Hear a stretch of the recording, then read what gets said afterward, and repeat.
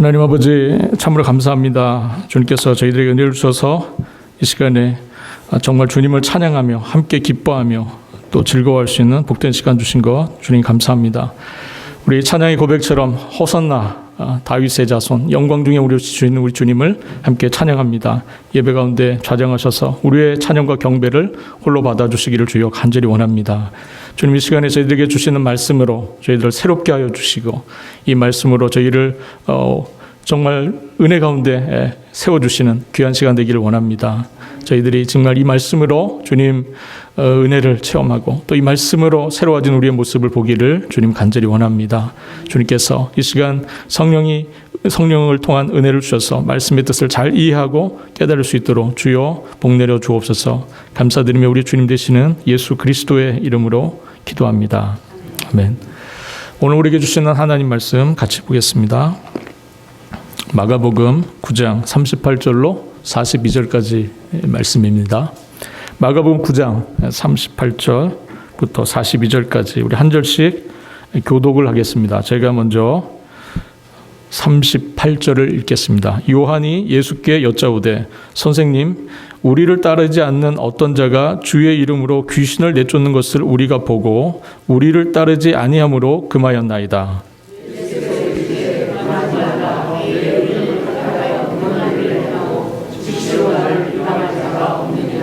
우리를 반대하지 않는 자는 우리를 위하는 자니라.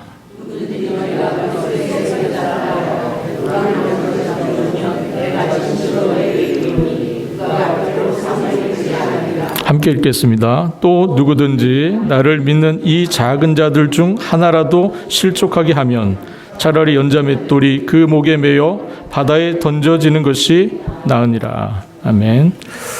오늘 본문 말씀은 예수님과 예수님의 제자 요한의 그러한 대화입니다. 우리가 마가복음을 읽어 나가면서 가장 중요한 사건이 하나 있었죠. 그것은 바로 가이사랴 빌립보에서 베드로의 주님을 향한 신앙 고백입니다. 주는 그리스도시요 살아계신 하나님의 아들이십니다라고 하는 이 신앙 고백을 정점으로 해서 예수님께서 제자들을 데리시고 예루살렘으로 이제 올라가십니다. 예수님의 생애 여러 차례 예수님께서는 예루살렘을 다녀오신 적이 있었는데 이번 여행은 예루살렘으로 가시는 예수님의 마지막 여행입니다. 예수님 생에 있어서 예루살렘으로 가시는 마지막 여행을 주님께서 하고 계십니다. 예수님은 이 예루살렘으로 가는 마지막 여행을 통해서 하는 일 중에 여러 가지 일들이 있었고 이것을 마가가 우리에게 자세하게 소개하면서 기록을 하고 있는 본문을 저와 여러분이 계속 지금 읽어나가고 있습니다. 그런데 예루살렘으로 가는 이 여정에서 이 노정에서 정말 여러 가지 문제들이 드러나죠. 특별히 제자들의 문제점들이 상당히 많이 드러나고 있습니다. 오늘 본문도 역시 제자들의 문제가 무엇인지가 드러나고 또 이것에 대한 주님의 말씀은 무엇인지를 저희가 함께 살펴보게 됩니다. 지난주에 살펴본 말씀을 우리가 기억해 보면 누가 크냐 하는 문제, 그죠? 누가 크냐 하는 이 문제를 제자들이 서로 다투고 있었고 그것에 대한 주님의 가르치심이 있었습니다. 우리가 이 세상을 좀 살펴보면 돌아보면 이 세상은 누가 크냐를 따지는 세상이죠. 누가 크냐를 따지는 세상입니다. 큰 자 그리고 강한 자만이 인정받는 그런 세상에 저희가 살고 있습니다. 크기를 따지고 서열을 따지고 또 그것에 맞춰서 살아가라고 말하는 그런 세상에 저희가 살아가고 있습니다. 큰 교회가 있고 또 작은 교회가 있죠. 예. 소위 큰 교회 다니시는 분들 있습니다. 예. 그분들은 마치 자기 교회 건물 사이즈만큼 자신들의 믿음이 큰 줄로 알고 사시는 분들이 계세요. 그게 맞는 얘기입니까? 네. 그건 착각이죠. 착각입니다. 어떻게 보면은 마치 자신들의 믿음이 그 큰 교회 건물만큼 큰 것이냐 어떤 의미에서는 헛된 바람이 들어가서 착각을 하고 있는 겁니다.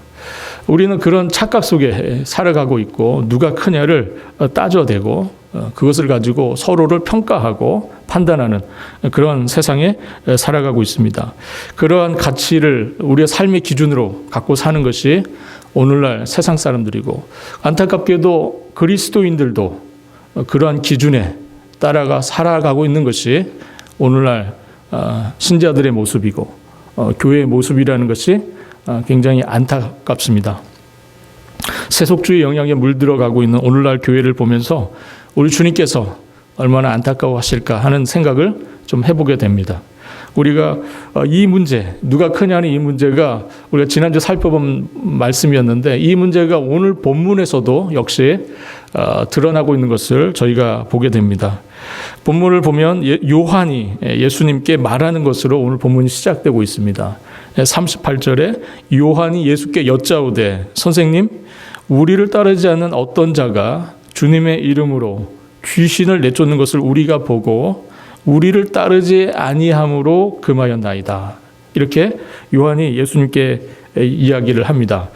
이 요한이 말한 요지는 이겁니다. 어떤 사람이 예수님의 제자가 되기를 거부하면서도 예수님의 이름으로 귀신을 내쫓는 일을 하고 있는 것을 자기가 보았고, 그래서 그것을 자기가 금지시켰다는 겁니다. 요한이 말이 좀 그렇지 않습니까? 지금 예수님께 그런 사람이 있었는데 자기가 금지시켰다는 겁니다. 금지시킬까요? 묻는 게 아니고요. 금지시켰다는 겁니다. 지금 이 요한의 말투가 어떤 것 같습니까? 사실 금지시킬까요? 이렇게 물어봐야 되는 거 아닙니까? 근데 지금 요한은 뭐 했다는 거예요? 이미 자기가 금지를 시켜버렸답니다. 선조치 후보고입니다. 이 요한의 말을 보면 이런 느낌이 듭니다. 이런 뉘앙스가 느껴져요. 뭐냐면 굉장히 자기의 의의를 인정받고 싶어하는, 주님 제가 잘했지 않았습니까? 잘하지 않았습니까? 굉장히 칭찬을 받고 인정받고 싶어하는 그러한 모습이 보여집니다. 그는 지금 자신의 했던 행동, 그거를 자랑 삼아서 예수님께 말을 하고 있습니다. 이러한 그의 태도를 보면 그가 어떤 성품을 갖고 있는, 어떤 성격을 갖고 있는 사람인지를 저희가 볼 수 있습니다. 여러분 아시는 것처럼 요한은 형제가 있습니다. 요한의 형이 누구죠? 야고보입니다. 야고보. 네. 그리고 이 야고보와 요한의 아버지는 세베대였죠. 그래서 세베대의 두 아들 야고보와 요한인데요. 이 사람들의 별명이 있습니다. 마가복음 3장 17절에 우리가 살펴봤었는데요. 이 사람 두 형제의 별명은 보아너게입니다. 보아너게. 이 뜻이 뭐냐면 번개의 아들, 우르의 아들, 이런 뜻입니다. 예, 이게 굉장히, 번개가 어떻게 치죠? 저는 제가 한 17년 전쯤 되는 것 같은데요. 제가 미국에 온 지 얼마 안 됐을 때 플로리다로 여행을 하는데 갑자기 이제 어둡고 비가 막 내리더라고요, 밤에요. 저는 세상 천지 그렇게 큰 번개는 그날 처음 봤습니다. 와, 번개가 정말 이 스케일이, 그때 제가 정말 놀랬던 적이 있습니다. 놀랬던 적이. 예, 여러분 번개가 칠 때 어떻게 칩니까? 여러분들 깜짝 놀라게 되지 않습니까? 그죠? 예. 그런데 이 형제의 성격이 그렇답니다. 그러니 주변에 있는 분들이 얼마나 당황이 되고 주변 사람들이 얼마나 놀라겠습니까? 그죠? 근데 이 형제의 성격이 그래요. 그냥 수가 틀리면 입에서 불이 나가는 사람들. 그런 사람들이에요. 버럭하는 성격이 있는 그런 형제입니다. 아마도 갈릴리 바다에서 어부로 살면서 아마 거친 바다와 싸우고 또 힘든 일들을 많이 해서 그런 건지 굉장히 성격이 굉장히 급하고 굉장히 불같은 그런 성격을 갖고 있었던 사람들입니다. 그러나 그들이 어부라고 해서 꼭 그런 성격이라고 말하기 좀 어려울 것 같아요. 그죠? 어떤 그 직업이 그 사람 성격을 다 말하진 않으니까, 예, 그 사람 직업이 그러니까 그래 이렇게 말하는 건 좀 곤란한 것 같습니다. 그래서 모든 어부가 다 그런 것은 아닐 테니까 아마 그 개인들의 문제로 보는 것이 좋겠다는 생각이 듭니다. 오늘 본문과 병행되는, 우리가 복음서를 보면 같은 사건을 여러 성경에서 이렇게 같이 기록하고 있는 것을 볼 수 있는데, 오늘 본문과 병행 본문이 누가복음 9장입니다. 누가복음 9장을 보면 이 형제들이 어떤지, 이 형제들의 모습에 대해서 좀 더 알 수 있는 그런 사건이 하나 소개가 되어 있습니다. 누가복음 9장 49절인데요. 49절 50절을 한번 제가 읽어드리겠습니다. 요한이 여짜오되 주여 어떤 사람이 주의 이름으로 귀신을 내쫓는 것을 우리가 보고 우리와 함께 따르지 아니함으로 금하였나이다. 예수께서 이르시되 금하지 말라. 너희를 반대하지 않는 자는 너희를 위하는 자니라 하시니라. 이 두 구절은 오늘 본문하고 똑같죠. 같은 사건을 소개하고 있습니다. 우리 51절부터 한번 같이 한 목소리를 읽어보겠습니다. 51절부터 56절까지 쭉 읽습니다. 예수께서 승천하실 기약이 차가움에 예루살렘을 향하여 올라가기로 굳게 결심하시고 사자들을 앞서 보내심에 그들이 가서 예수를 위하여 준비하려고 사마리아인의 한 마을에 들어갔더니 예수께서 예루살렘을 향하여 가시기 때문에 그들이 받아들이지 아니하는지라. 제자 야고보와 요한이 이를 보고 이르되 주여 우리가 불을 명하여 하늘로부터 내려 저들을 멸하라 하기를 원하시나이까. 예수께서 돌아보시며 꾸짖으시고 함께 다른 마을로 가시니라. 여러분 여기 보니까 웃음이 나오시죠? 네. 이 지금 보니까 어떤 일이 지금 벌어졌습니까? 51절부터 쭉 보니까 예수님께서 이제 예루살렘으로 가시는 길이에요. 계속요. 가는 중에 사마리아의 한 마을로 이제 가시게 됐습니다. 가시게 됐는데 이 마을 사람들이 예수님을 영접하지 않는 거예요. 그러니까 야고보와 요한 이 형제가 뭐라 그럽니까? 주님, 불을 내릴까요? 불을 내려서 저들을 멸하시기를, 싹 쓸어버리기를 원하십니까? 이렇게 얘기를 하는 거예요. 예. 이게 제정신입니까? 반대한다고 해서 불을 내려서 싹 정리를 해버리겠다는 이 생각. 반대하는 사람은 다 그렇게 해야 되는 겁니까? 이게 굉장히 곤란한 태도죠. 굉장히 곤란한 태도입니다. 그래서 이 사람들이 보아너게라고 불린 게 아닌가 싶어요. 55절을 보면 예수님께서 뭐라고 55절 말씀해 보면 이렇게 되어 있습니다. 예수께서 돌아보시고 꾸짖으시고 그랬어요.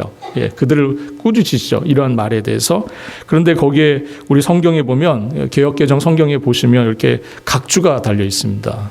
혹시 여러분 갖고 계신 성경에 보시면 아마 1하고 이렇게 가로치고 각주가 있을 거예요. 풋노트가 있을 겁니다. 그 내용을 한번 읽어보면 좀 유익한 부분이 있습니다. 우리 같이 한번 PPT가 준비가 되어 있죠. 네, 거기 한번 읽어보도록 하겠습니다. 55절. 예, 뭐라고 되어 있냐면 어떤 고대 사본에는 55절 끝에 다음 말이 있음.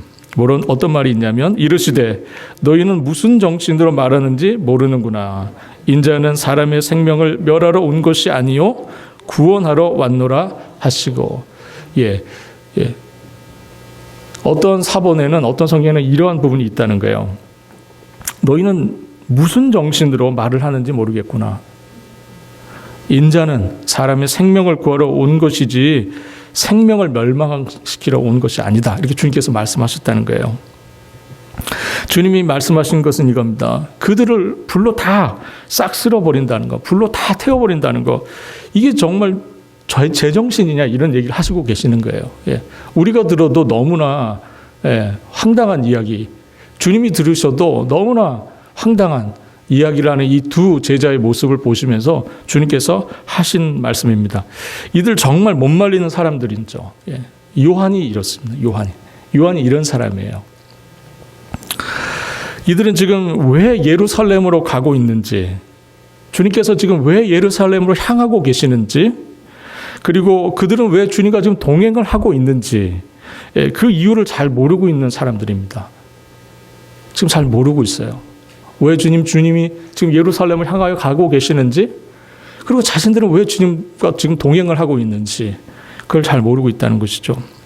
이미 예수님은 이 예루살렘으로 향하신 이 마지막 예수님 인생의 마지막 예루살렘 여행이시거든요. 이 마지막 여행을 가시면서 앞에 벌써 2번이나 순환에 대한 예고를 하셨습니다. 내가 예루살렘을 가서 고난을 받고 십자가에 죽게 될 것이다. 이 말씀을 무려 2번이나 하셨거든요. 그런데 이 사람들의 마음속에는, 이 요한의 마음속에는 지금 그런 일들이 관심이 있습니까? 전혀 관심이 없습니다. 전혀 관심이 없어요.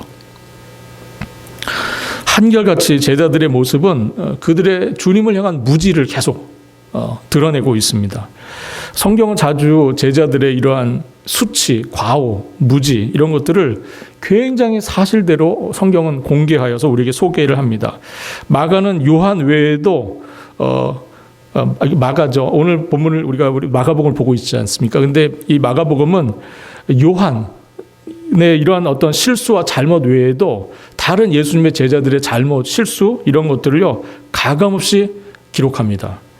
마가복음에 기록하고 있는 마가복음이 완성이 되어서 처음에 마가복음이 읽혀졌을 때, 여러분들 마가복음 복음서 중에서 가장 먼저 기록된 복음서거든요. 그래서 이 복음서를 초대교회 그리스도인들이 읽었습니다. 처음 초대교회 그리스도인들이 이 사람들이 처음에 이 마가복음을 읽었을 때에 여러분들 사도들 그 당시에 이 본문에 기록되어 있는 사건의 주인공, 사건에 나오는 사람들 있잖아요. 많은 사람들이 살아 있었어요. 예수님의 제자들이 많이 살아 있었습니다. 여러분, 이 사람들 더군다나 사도들이잖아요. 그죠? 교회 사도들입니다. 초대교회 당시에 기둥과 같은 일꾼들이에요. 그런데 이 사람들의 허점, 이 사람들의 실수, 이 사람들의 잘못을요, 이 마가복음이 다 기록을 하고 있습니다. 특별히 더 놀라운 것은 다른 사도들의 실수뿐만 아니라 베드로 자신의 실수 이런 것들도 굉장히 많이 기록합니다. 왜냐하면 우리가 처음 마가복음을 서론 시간에 말씀드렸을 때 마가복음, 이 마가복음을 기록한 마가는 사도 베드로를 통해서 주님에 대한 이야기를 듣고 많은 이야기를 들어서 마가복음을 기록을 했습니다.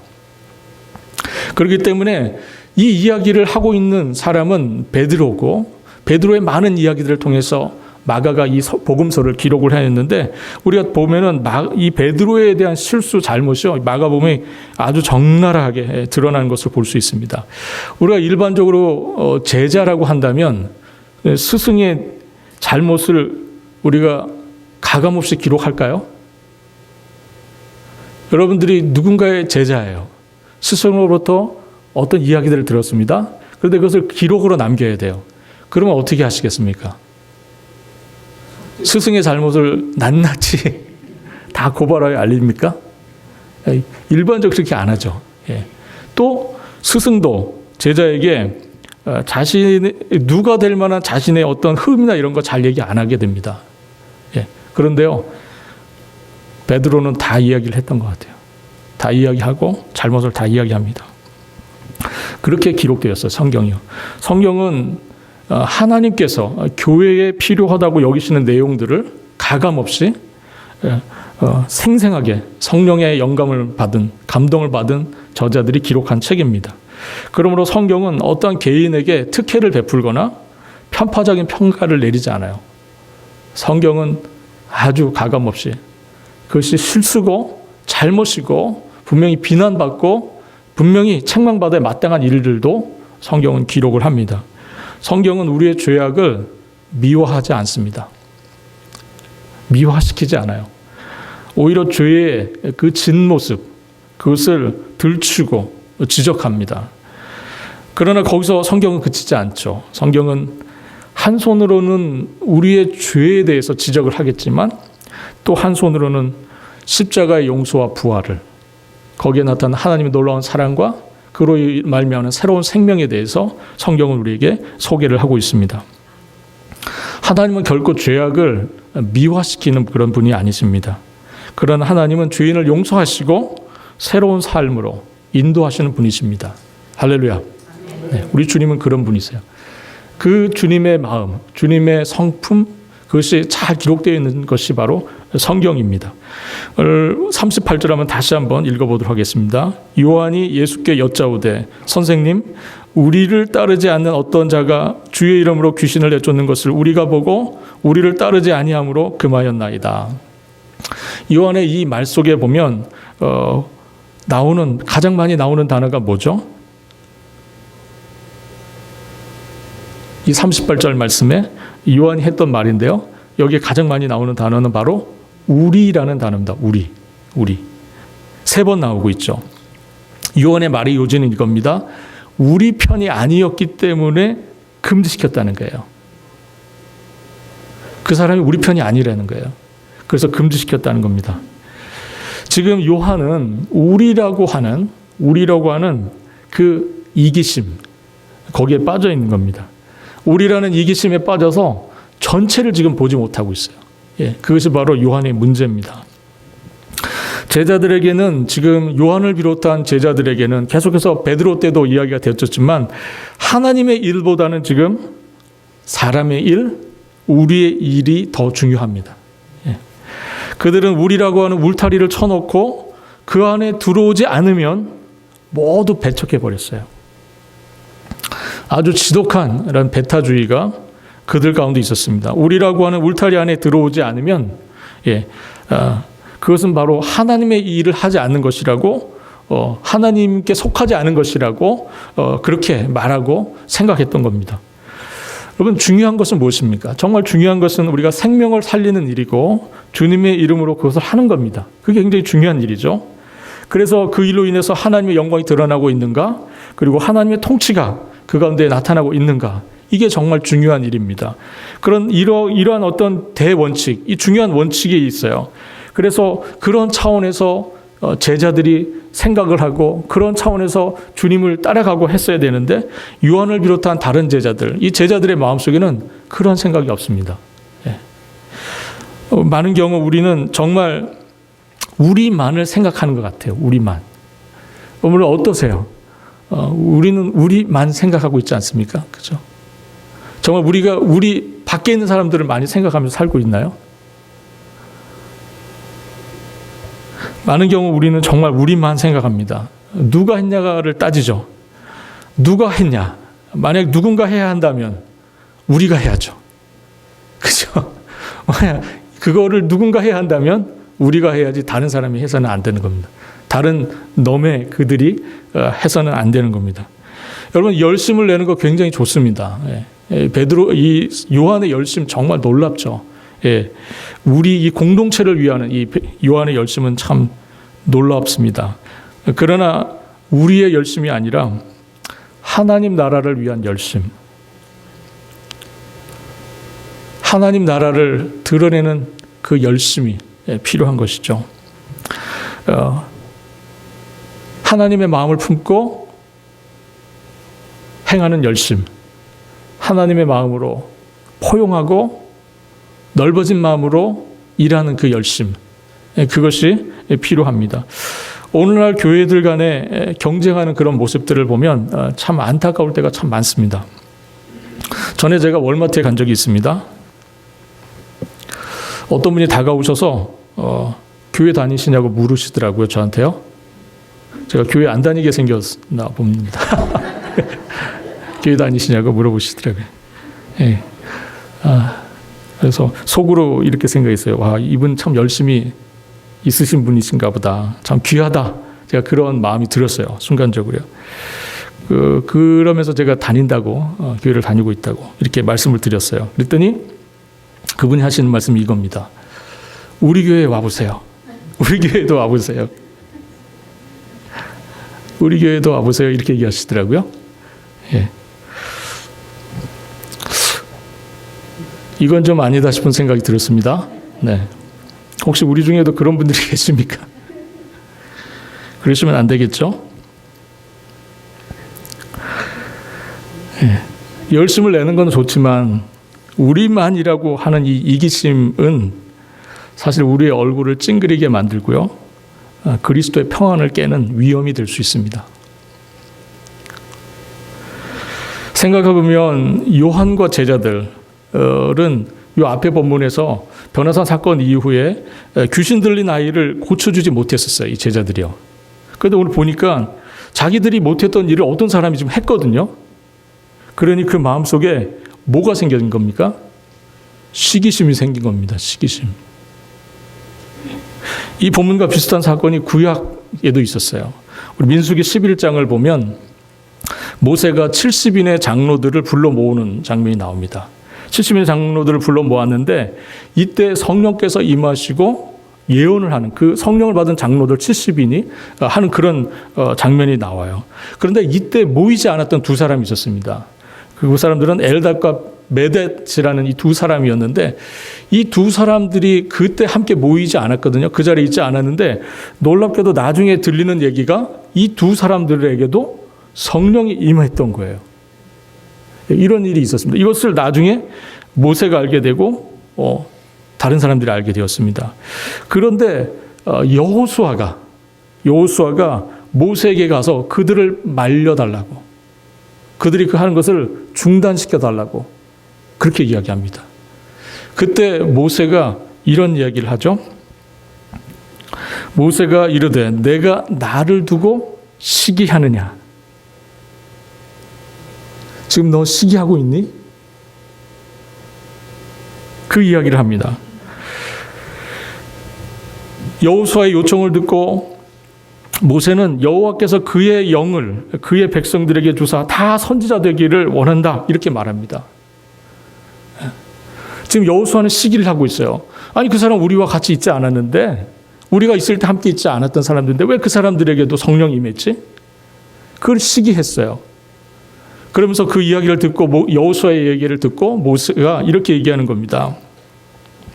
여호와께서 그의 영을 그의 모든 백성에게 주사 다 선지자 되기를 원한다. 그렇게 모세가 이야기를 합니다. 오늘 본문에서도 우리 주님께서 같은 맥락에서 말씀을 하십니다. 39절, 40절, 41절 말씀입니다. 읽겠습니다. 예수께서 이르시되 금하지 말라. 내 이름을 의탁하여 능한 일을 행하고 즉시로 나를 비방하는 자가 없느니라. 우리를 반대하지 않는 자는 우리를 위하는 자니라. 누구든지 너희가 그리스도에게 속한 자라 하여 물 한 그릇이라도 주면 내가 진실로 너에게 이르노니 그가 결단코 상을 잃지 않으리라. 예수님은 요한에게 금지하지 말라 이렇게 말씀하십니다. 금지하지 말라. 넓은 마음으로, 용납하는 마음으로, 관대한 마음으로 그를 용납하라 이렇게 말씀하시는 겁니다. 우리가 신앙생활을 하면서 안타까운 것은 신앙이 오래될수록, 그리고 우리의 신앙이 깊어질수록 더 배타적인 모습으로 변해가는 우리의 모습입니다. 신앙생활이 오래 갈수록 더 배타적으로 돼요. 더 포용하고 더 사랑하고 마음을 더 넓혀야 되는데 오히려 반대로 더 마음이 좁아지고 더 배타적으로 되고 더 완악해지고 하는 그런 안타까운 모습을 저희가 보게 됩니다. 자신의 기준에서 벗나가는 모습들을 용납하지 못하고요, 배제시켜버리는 그런 마음들이 점점 강해지는 그런 것들을 보게 됩니다. 하나라도, 한 생명이라도 더 얻어야 하는데 그게 주님의 마음이시죠? 안 그렇습니까? 한 생명이라도 더 얻고 하려고 하는 게 주님 마음 아니시겠어요? 그런데 우리가 잘못된 신앙을 가지고 우리가 아닌 너희 구별시키고요, 배제합니다. 이런 생각에 사로잡혀 있는 요한에게, 그리고 우리에게 주님께서 42절의 말씀을 하십니다. 오늘 42절 말씀을 같이 읽어보겠습니다. 또 누구든지 나를 믿는 이 작은 자들 중 하나라도 실족하게 하면 차라리 연자맷돌을 그 목에 매어 바다에 던지는 것이 나으니라. 또 누구든지 나를 믿는 이 작은 자들 중 하나라도 실족하게 하면 차라리 연자맷돌이 그 목에 매어 바다에 던져지는 것이 나으니라. 주님의 이 말씀은 이런 겁니다. 아무리 작은 자라 할지라도 살리려고 하는 마음을 가져라.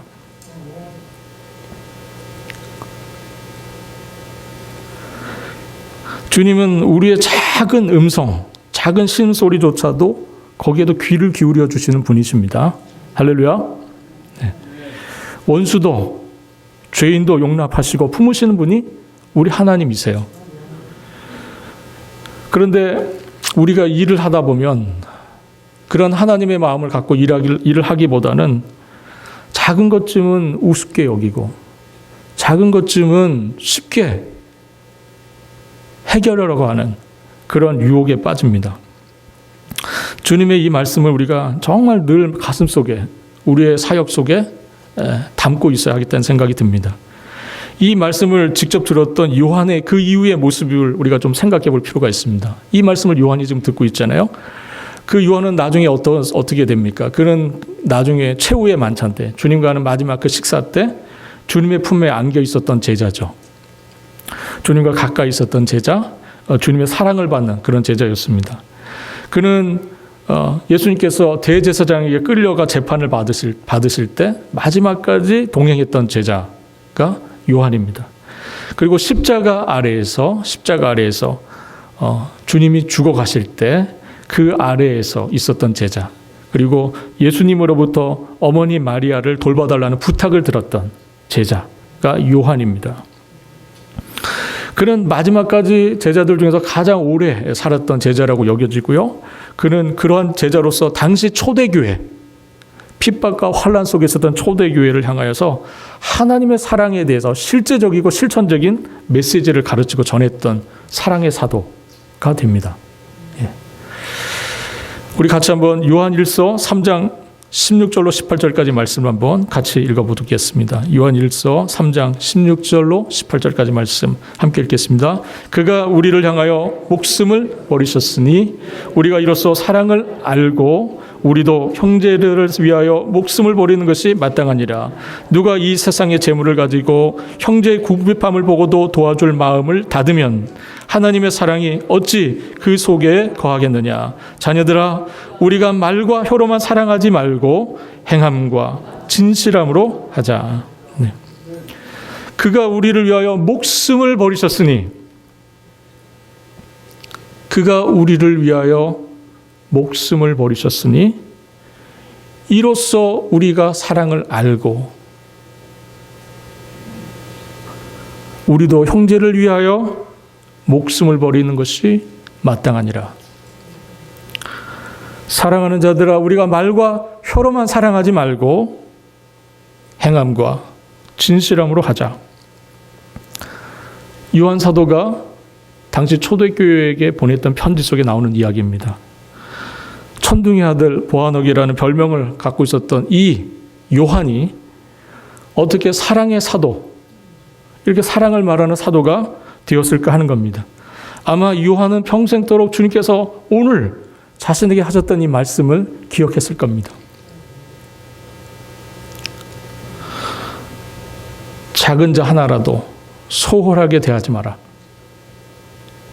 너희 공동체 안에 있는 아무리 작은 자라 할지라도 함부로 대하지 마라 하는 이 주님의 말씀 기억하면서 그가 사랑의 사도로 거듭난 것이 아닌가 하는 생각이 듭니다. 성경이 우리에게 알려주고 싶은 것은 오늘 비록 실패한, 어떤 의미에서는 책망받는 요한의 모습이긴 하지만 이 잘못 그 자체에 우리의 관심 있는 것이 아니라 그가 어떻게 변화되어서 어떻게 새롭게 하나님의 능력과 사랑으로 그가 변화되었는지를 보게 하시는 것, 그것이 바로 성경이 우리에게 주는 큰 유익이고 또 큰 교훈이라고 생각합니다. 우리에게도 뭐가 있는 거예요? 변화의 소망이 있는 것이죠. 우리들 중에 요한보다 낫다고 말할 수 있는 사람이 있습니까? 다 우리는 요한과 같은 사람들이고, 그죠? 변화되기 이전에 흠이 많고 여전히 주님을 믿고 있지만 실수가 많고 여전히 연약한 저희들이 아닙니까? 제가 목회를 한다고 말은 하지만, 목양을 한다고 말은 하지만 정말 제가 이 말씀을 읽고 정말 제 자신을 돌아보는 그런 시간을 저는 개인적으로 가졌습니다. 내가 작은 것들을 얼마나 무시하고 지나가고 있는가. 작은 거라고 해서 얼마나 내가 함부로 대하고 지나가고 있는가. 그런 생각들을 해봤습니다. 누구든지 나를 믿는 이 작은 자들 중 하나라도 실족하게 하면, 정말 이 말씀을 읽다가요, 제가 제 입속에서 정말 탄식이 터져 나왔습니다. 정말 주님, 우리가 정말 이 주님의 말씀 앞에서 바르게 행하고 있습니까? 실족하게 한다는 말은 어떤 한 연약한 자가 교회를 향해서 발걸음을 가고 있는데 발걸음을 돌려버리는 거예요.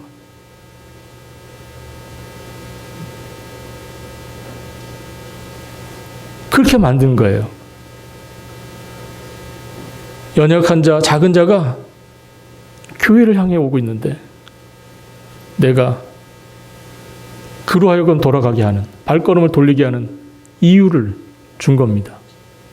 실족하게 한 거예요.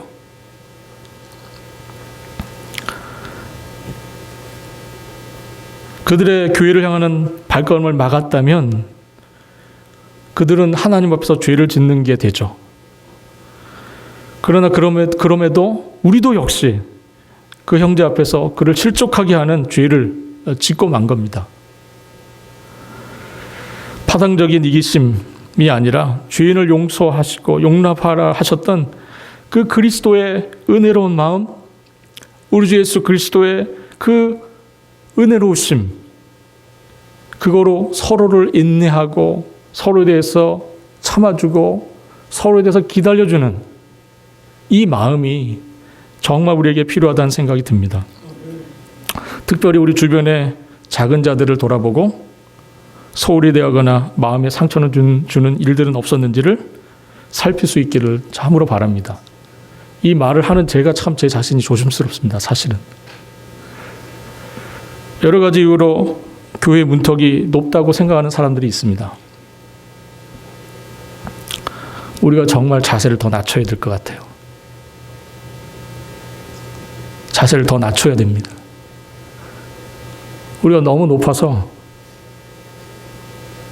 우리를 넘어서 우리를 통해서 그리스도로 주님께로 인도되는 일들이 많아야 하는데 우리가 자세가 너무 높아서 그들 우리를 통해서 그리스도를 만나지 못하는 그런 안타까운 일들이 너무 많다 하는 생각이 듭니다.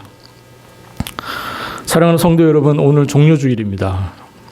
스가랴 선지자가 예언했던 것처럼 그는 겸손하여 나귀의 작은 것, 곧 나귀 새끼를 타고 올 것이라고 예언했던 분, 바로 우리 주 예수 그리스도, 그분께서 오늘 어린 나귀를 타고 예루살렘으로 입성하신 날입니다.